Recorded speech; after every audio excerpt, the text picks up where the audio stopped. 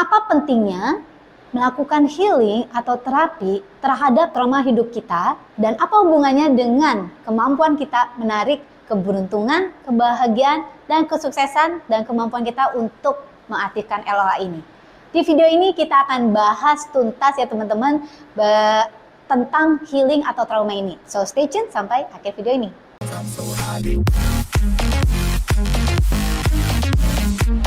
Halo teman-teman semua, welcome back to Theta Omega TV channel. Saya dengan Clara Angeline, dan di channel ini kita banyak membahas tentang mind reprogramming, tentang healing, dan juga tentang law of attractions, tentang money mindset, ya, tentang bagaimana cara kita menjadi magnet uang, magnet keberuntungan, and of course about managing your personal finance.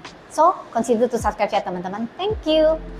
Oke, so teman-teman, beberapa waktu yang lalu kita mengadakan webinar, jadi collabs bareng dengan salah satu pakar healing, terutama Ci Amel ya, Kak Amel, pakar healing di bidang past regressions. Nah, tetapi topik utamanya itu adalah apa sih hubungan antara healing dengan keberuntungan dan kesuksesan. Jadi buat teman-teman yang males banget ngedengerin, karena itu live recording 1 jam ya, kalau memang malas ngedengerin, ini adalah ringkasannya. Bukan cuma ringkasan, saya juga tambahin beberapa dari diri saya sendiri yang pendapat-pendapat saya. Oke, so di dalam perjalanan hidup kita, dari kita kecil, itu banyak banget hal-hal atau peristiwa yang terjadi ya teman-teman.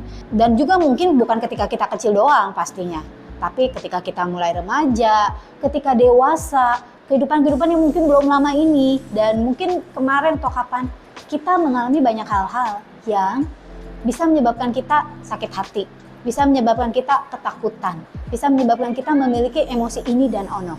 Ya. Nah, apa yang terjadi bila kita tidak membersihkan diri kita dan membereskan trauma-trauma, apalagi kalau sampai trauma ya.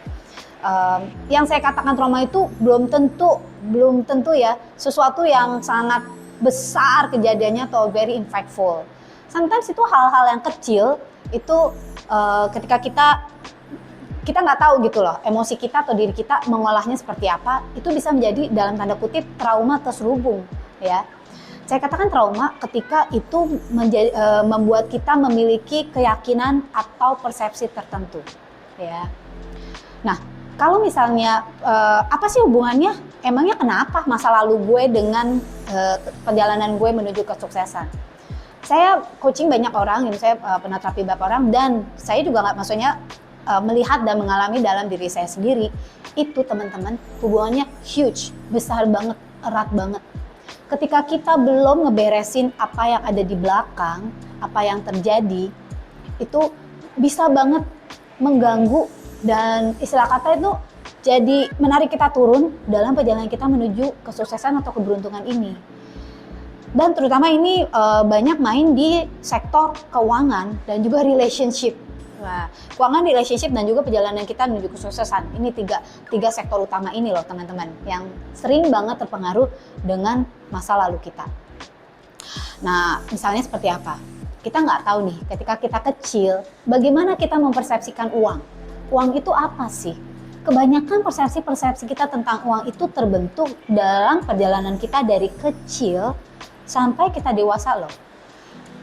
Persepsi kita atau belief kita misalnya bahwa uang itu adalah sumber keributan, uang itu adalah susah banget didapat misalnya ya, dan gue itu nggak layak dapat uang. Dan misalnya persepsi bahwa kalau gue punya uang, semua orang di sekeliling gue itu palsu, jadi orang yang palsu.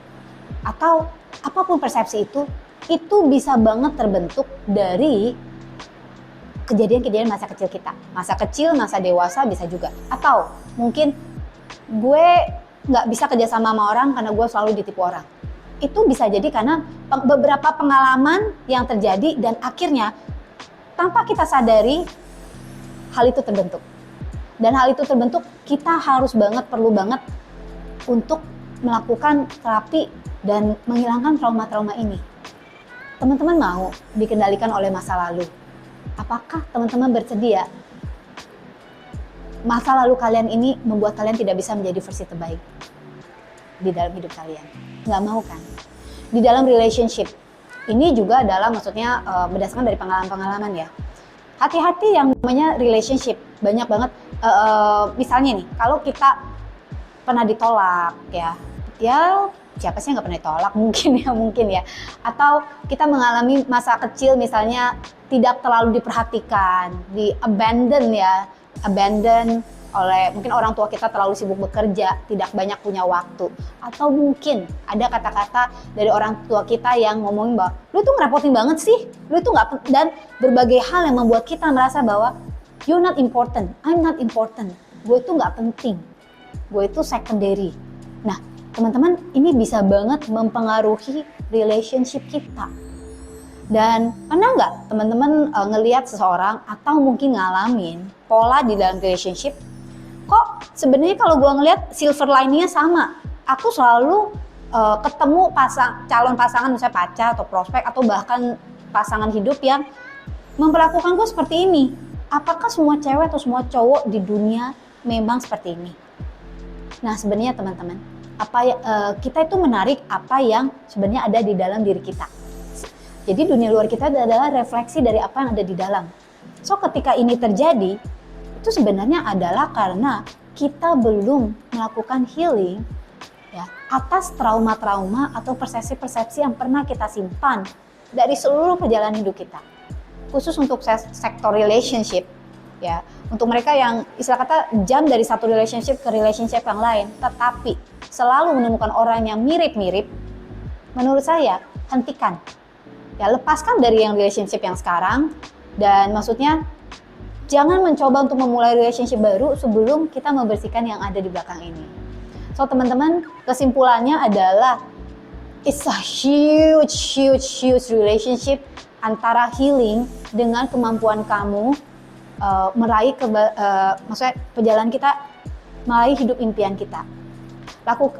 Kalau kita tahu ada hambatan-hambatan yang kok saya nggak bisa lihat gitu ya, cari seseorang yang memang benar-benar bisa menolong kamu gitu ya. Saya ya terapis seperti saya gitu ya. Banyak di webinar ini kita juga bahas banyak sekali tools-toolsnya, istilah kata setiap terapis atau coach atau healer atau counselor itu mereka punya caranya sendiri. Saya sendiri punya banyak gitu ya toolsnya. Nah, dan semua ini itu ada untuk membantu kamu untuk menjadi versi diri kamu yang lebih baik. So, teman-teman, jangan lupa untuk bisa membuat diri kamu lebih bersih, lebih oke, menarik apa yang kamu inginkan dalam hidup. Jangan lupa untuk lakukan healing, bersihkan diri kamu dari trauma-trauma masa lalu. Ada yang bisa kamu lakukan sendiri, ada yang mungkin kamu perlu bantuan. Dan mungkin kamu bisa cek di video kita, YouTube live webinar kita waktu itu, di recordingnya. Teman-teman, jangan lupa untuk follow kita juga di sosial media yang lainnya. Dan kalau kamu belum, saatnya untuk subscribe ya di YouTube channel kita sebagai bentuk dukungan. And also like dan tekan tombol bell notifikasinya. Thank you for watching this video. Saya dengan Clara Angeline. Don't forget to live extraordinary and live your life to the fullest.